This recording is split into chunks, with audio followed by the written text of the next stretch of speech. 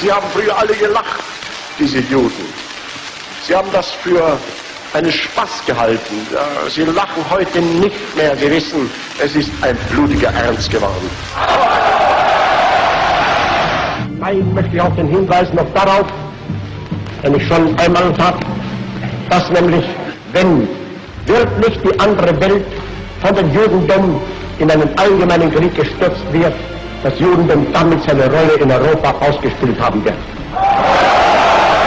Auch eine andere Macht, die sehr gewaltig war in Deutschland, hat unterdessen die Erfahrung erleben können, dass die nationalsozialistischen Prophezeiungen keine Phrasen sind. Es ist die Hauptmacht, der wir all dieses Unglück verdanken, das internationale Judentum.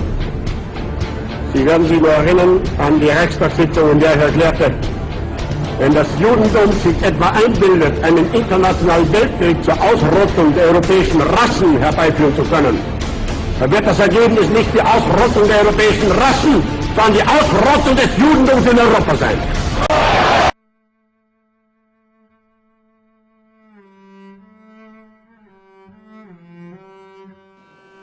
It is mandatory for the world wars to be taught in American schools, but history textbooks are often filled with holes and biases. This is Germany in the years following Hitler's appointment of chancellor. The Nazis took control over Germany's education system, and Aryan children were formed into the Hitler Youth. A wave of nationalism swept over the country. Although World War II is officially recognized as taking place between the years of 1939 and 1945, the Holocaust is officially recognized as starting in 1933 and ending in 1945. Very soon after Hitler came to power, his Nazis became increasingly present and invasive in the lives of German citizens. Because of lapses in American education, a lot of Americans view America as the heroes of World War II. However, this is a rather unworthy title in many regards. A lot of people assume America rejected Hitler's actions immediately. However, this was not the case. After World War I, American banks were in the possession of $1.2 billion worth of German bonds. This was at the forefront of Washington's mind. Little did they know that Germany would never pay back their debt. Their bartering would be interrupted by Hitler's schemes and the beginning of World War II.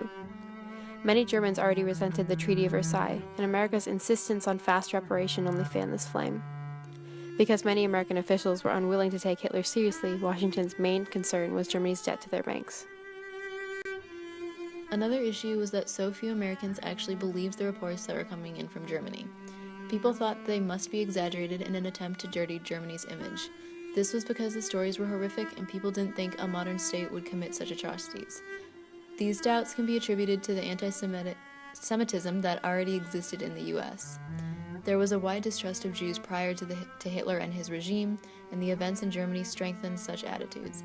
In America, a lot of people were bitter because of Jewish dominance in certain white-collar professions, political seats, and business positions. In the book In the Garden of Beasts, we learn from the Dodd family that the majority of Americans thought Jews, while generally brilliant, were rich and pushy. Further, one poll found that 41% of those contacted believed Jews had too much power in the US. Another found that 1/5 wanted to drive Jews out of the United States. Because of this, many Americans understood the Nazis' grievances with Jews, though not condoning the severity of their actions. Again, and in the Garden of Beasts, this topic was addressed. In a conversation between the American ambassador in Berlin, William Dodd, and German Foreign Minister Neurath asked Dodd whether the United States did not have a Jewish problem of its own. You know, of course, Dodd said, that we've had difficulty now and then in the United States with Jews who had gotten too much of a hold on certain departments of intellectual and business life. Because of anti-Semitism in the United States, there was much more tolerance for Hitler early on. They, like many Germans, believed that Hitler would eventually calm down, running out of steam. It was because of this underestimation that Hitler's power was able to grow to such an extent. American tourists were among the many victims being attacked in Germany during this time.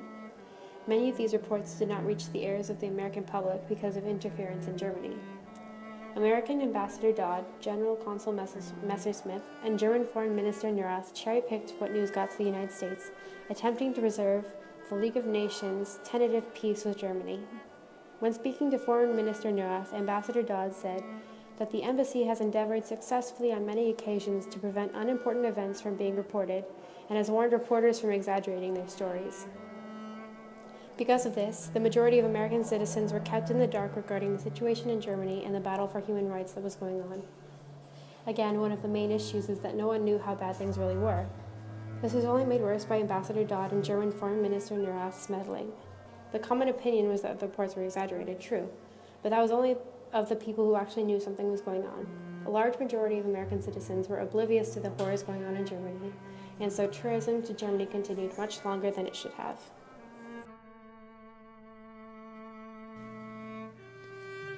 These discriminatory attitudes were also reflected in the American government. There were many high-up American officials with anti-Semitic views, and this affected their response to the issues in Germany. Once again, in the Garden of Beasts, Ambassador Dodd added that some of his peers in Washington had told him confidentially that they appreciated the difficulties of the Germans in this respect, but that they did not for a moment agree with the method of solving the problem, which so often ran into utter ruthlessness. This was quite common during this time. President Roosevelt, it has been proven, also shared these sentiments. This also affected his response to the events in Germany. In his book, The Abandonment of the Jews, America and the Holocaust, David Weinman says that President Roosevelt did nothing about the mass murder for 14 months, then moved only because he was confronted with political pressures he could not avoid, and because his administration stood on the brink of a nasty scandal over its rescue policies. In the 1930s, while Ambassador Dodd was in Berlin, FDR was well informed about what was happening in Germany, with a little of Ambassador Dodd's optimistic bias. But Roosevelt's focus was always on Hitler, not on protecting or saving the victims in Germany. This remained his strategy when America later joined the war. Roosevelt believed that the surest way to stop the killing of innocent civilians was to defeat Hitler's Germany as quickly and decisively as possible. Critics say that FDR's win the war approach did not address the possibility that significant numbers of Jews could be rescued.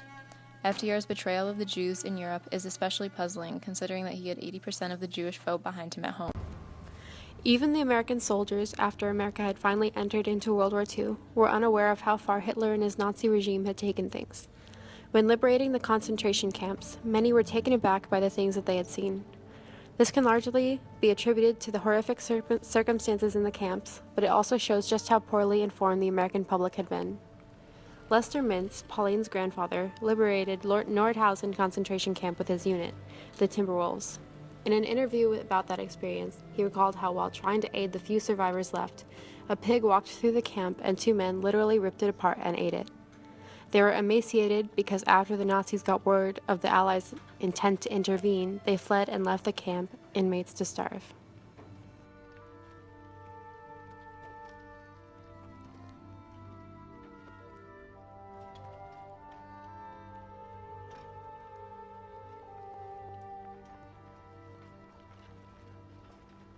Oh my God.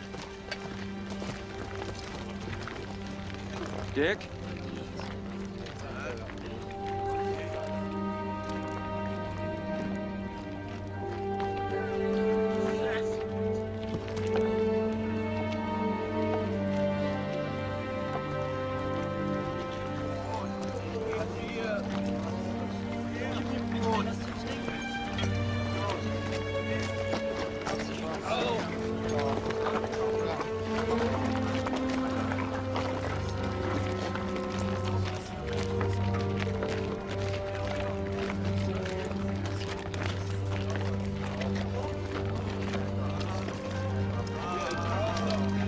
Ljudi, pomozite, molim vas, pomozite, još je živ. Još ga možete spasiti. Molim vas, ljudi. Sorry. Here, take some water.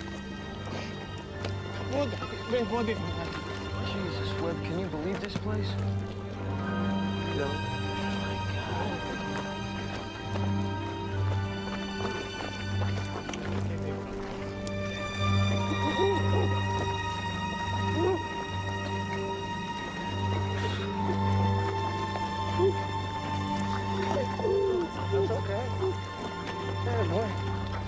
The following dialogue just emphasizes how little we knew. Die Wachen haben das Lager heute Morgen verlassen. You said the guards left this morning, sir. Kannten Sie aber einige von diesen Baracken? Langsam bitte, langsam. Zuvor verbrannten sie noch einige der Baracken. They burned some of the huts first. Mit den Gefangenen immer noch drinnen, lebend. Well, the prisoners still in them, sir. Alive. Jesus Christ. Aber einige von den Gefangenen haben sie versucht, daran zu Some hindern. of the prisoners that tried to stop. Sie wurden getötet. Sie wurden ganz Some of them were killed. getötet. Und die Wachen hatten nicht genügend. They didn't have enough ammo for all the prisoners, so Sie töteten so viele sie konnten. they killed as many as they could Und dann verließen sie einfach das Lager. before they left the camp. Sie schlossen das Tor hinter sich und gingen Locked the Richtung gates Süden. behind them and headed south. Someone in town must have told them we were coming. Yeah, I think so.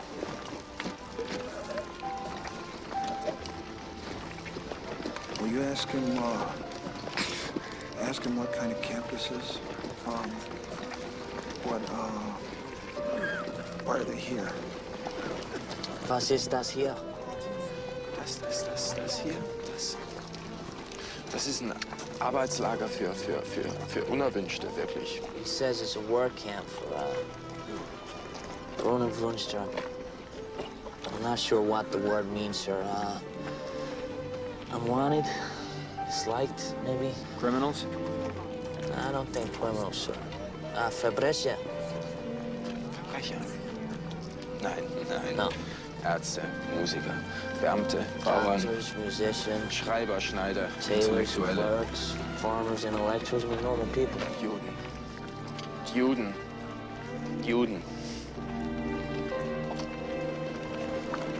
Jews. Polen. Zigeunern.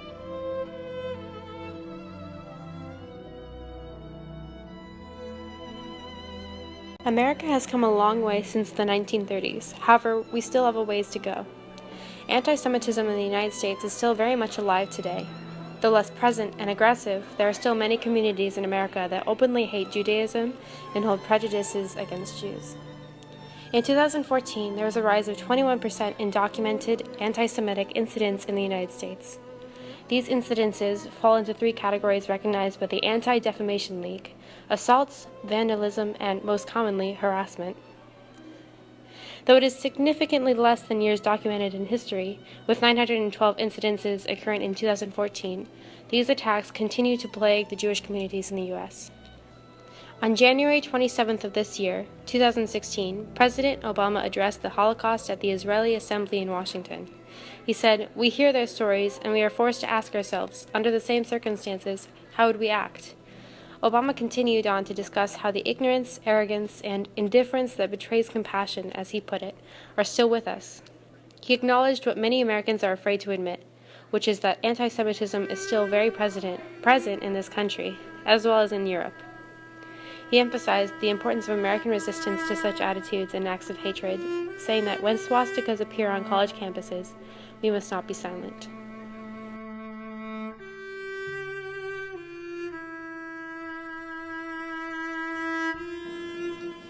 Many Americans understood Obama's message and the history behind it. Well, not exactly everyone.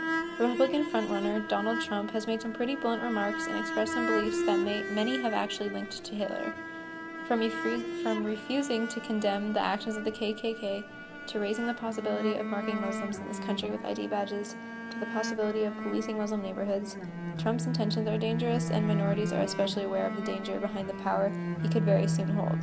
The underlying reason the Holocaust lasted as long as it did is because nobody spoke out or bothered to take Hitler and his threats seriously enough. By allowing Trump into the White House, America will represent a country in which racism, superiority, and danger to minorities are still very much present. As Einstein once said, the world will not be destroyed by those who do evil, but by those who watch them without doing anything.